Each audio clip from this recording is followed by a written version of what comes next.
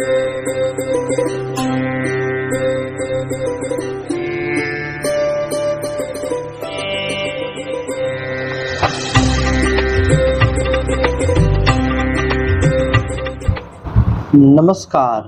प्रिय दर्शकों, हाजिर हूँ मैं।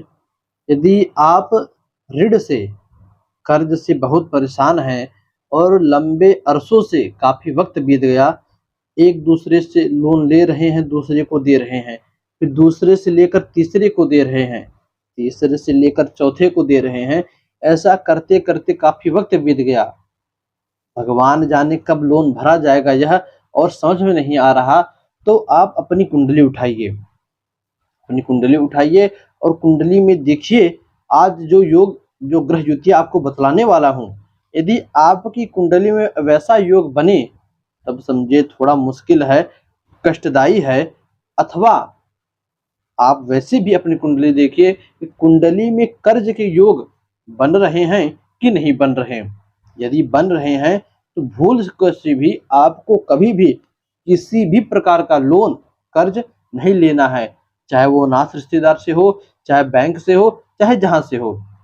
और यदि आप ले चुके हो लोन और काफी समय से उधर हेरा फेरी कर रहे हो, झोल झाल कर रहे हो, नहीं भर पा रहे हो, तो आज जो उपाय बतलाने वाला हूँ उस उपाय को करेंगे तो बहुत जल्द ही भोलेनाथ की कृपा होगी और सभी लोन आपका ऑटोमेटिक भरा जाएगा।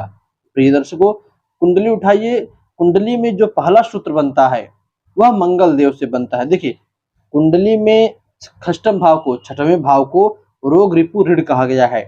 इन ऋण से देखना है तो छठवें भाव पर ध्यान दीजिए। अब ऋण धन से संबंधित बात है तो अपनी आय भाव को देखिए कि आय भाव को क्या स्थिति है, आय से क्या स्थिति है, आय भाव पर किन किन ग्रहों की दृष्टि पड़ रही है। भाई लोन कैसे भरा जाएगा? जब आप पैसे कमाओगे, पैसे आएंगे तभी लोन भरा जाएगा। एक ही मात्र विकल्प है कि पैसे दे दो, सामने वाला का पीछा छोड़ देगा। दूसरी बात, अपने लग्न को देखिए। लग्न कौन? आप। जो लोन ले रहा हो वह कैसा है? क्या उसके अंदर इतना सामर्थ्य है कि वह अपने कमाई से लोन भर देगा? क्या वह मजबूत है, लग्नेश मजबूत है? लग्न भाव पर कौन बैठा है, किन किन ग्रहों की दृष्टि है, इन सभी को देखिए। यदि आप एक ज्योतिषी हो और लंबे समय से ज्योतिष की कुंडलियां देख रहे हो तो बस यही तीन भाव देखकर आप अपने अनुभव से और ज्योतिष के सूत्रों से पता कर लोगे सामने वाले जातक के साथ क्या होगा। किंतु यदि आप अभी एक नए नए ज्योतिषी बन रहे हो, मेरे जैसे जो अभी भी शिक्षा ले रहे हैं, तो आपको इन सूत्रों को भी देखना होगा। कौन से सूत्र हैं तो आपको आइए समझाता हूँ। यदि कुंडली में कहीं पर भी छठवें भाव का मालिक दूसरे अथवा 11वें भाव में बैठ जाए और इनका जो भाग्य, जो इनका स्वामी है, दूसरे भाव का स्वामी और 11वें भाव का स्वामी है, इनके साथ युति बना ले, तब तो बहुत ही मुश्किल होता है कि ऐसी स्थिति में जातक अपना कर्ज उतार पावे। यदि छठवें भाव का मालिक दूसरे और 11वें भाव में सिर्फ बैठा है तब आप उपाय इत्यादि करके अपना लोन चुकता कर सकते हो। किंतु उनके उन ग्रहों के साथ छठवें भाव में छठवें भाव का मालिक दूसरे भाव के साथ दूसरे भाव में बैठा है, उसके मालिक के साथ बैठा है, तब मुश्किल होता है थोड़ा। तब ऐसी स्थिति में यदि 11वें का स्वामी, आईएएस का स्वामी मजबूत हो, तब कहीं ज्यादातर लोन आपका चुकता हो पाता है। पहला सूत्र था। दूसरा सूत्र है कि यदि दूसरे, छठवें और 11वें भाव का मालिक छठवें भाव में बैठे हो, 8वें भाव में बैठे हो या 12वें भाव में बैठे हो। अब देखो अलग अलग भी हो सकता है, यहाँ युति की जरूरत नहीं है। मान लो दूसरे का मालिक छठवें में बैठ जाए, छठवें का मालिक 8वें में बैठ जाए और 11वें का मालिक 12वें में बैठ जाए। इस प्रकार भी आप देख सकते हो। कोई भी ग्रह तीनों कहीं पर भी छठवें, 8वें, 12वें में बैठे हो, तब भी दर्शकों, तब भी ऐसे जातक को भविष्य में कर्ज लेना होता है, लेता भी है, किंतु सही समय पर उसे चुकता नहीं कर पाता, वह कर्ज बढ़ते चला जाता है। दूसरा सूत्र था। तीसरा सूत्र है कि यदि आप किसी को लोन दे रहे हो, ये तो दो हो गए कि आप ले रहे थे, अब तीसरा है आपको देने के लायक।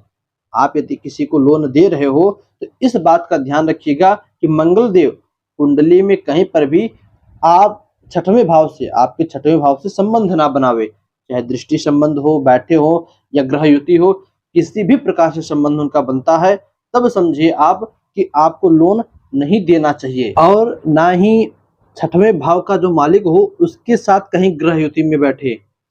प्रिय दर्शकों, मंगल देव हमेशा ऋण के कारक होते हैं, पैसे के ब्याज के कारक होते हैं। यदि वे छठवें भाव के स्वामी के साथ सही से भी संबंध बना ले तो जब आप किसी को पैसे वापस उधार में देते हो तो उसका बहुत कम ही चांस होता है कि वह आपको मिले। जब आप नहीं तो लड़ाई झगड़ा तक बात आ जाती है, करो इतना सब कुछ, कोर्ट कचहरी करो, तब कहीं आपको जाकर पैसे मिलते हैं। अब बात करें कि उपाय क्या है, कौन सा उपाय करें तो हमें हमारे ऊपर से कर्ज उतरे। देखिए, इसके लिए सर्वप्रथम भगवान शिव का अभिषेक बतलाया गया है, जिसे रुद्राभिषेक नाम से सब जानते हैं। आप रुद्राभिषेक करो, गन्ने के रस से करो।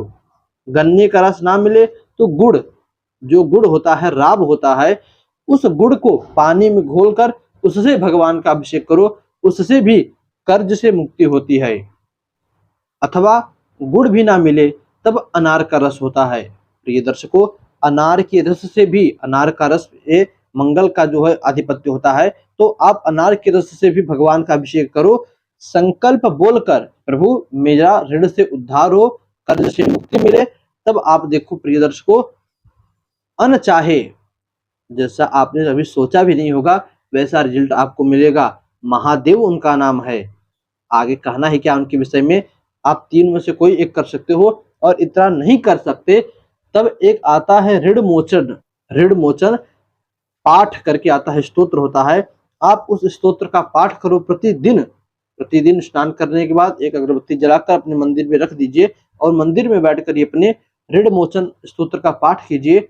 आपके ऊपर जितने भी ऋण हैं सभी धीरे धीरे हट जाएंगे और आप अपनी लाइफ बहुत ही बढ़िया तरीके से बेहतर जियोगे। क्योंकि भाई देखिए, जब मनुष्य कोई लोन लेता है, कर्ज लेता है, ऋण लेता है, तो वह जितना भी कमाता है उसका एक बहुत बड़े आय का भाग, बहुत बड़ी कमाई, आप 100 रुपये कमाते हो तो 60 रुपये 70 रुपये तो आपको ऋण चुकाने में ही उसका ब्याज ही चला गया, सूद ही चला गया। जो अभी मूलधन तो बचा है देने के लिए, 10 लाख बचा है देने के लिए, ब्याज ही भरते चला जा रहा हूँ, मूलधन का पता नहीं कब दूंगा।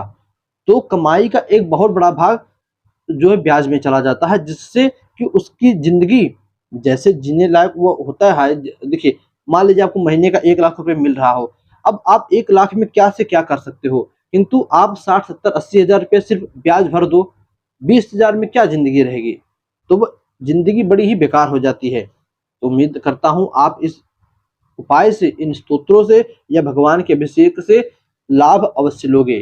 प्रिय दर्शकों, आप लाभ लीजिए। उपाय कितना कारीगर रहा, आपने उपाय किया कि नहीं किया, कमेंट में अवश्य बतलाइएगा। आपके कमेंट का अवश्य हमें इंतजार रहता है देंगे। बस आज के लिए इतना ही, इजाजत दीजिए, पुनः मुलाकात होगी किसी नए वीडियो में नए टॉपिक के साथ। तब तक के लिए नमस्कार।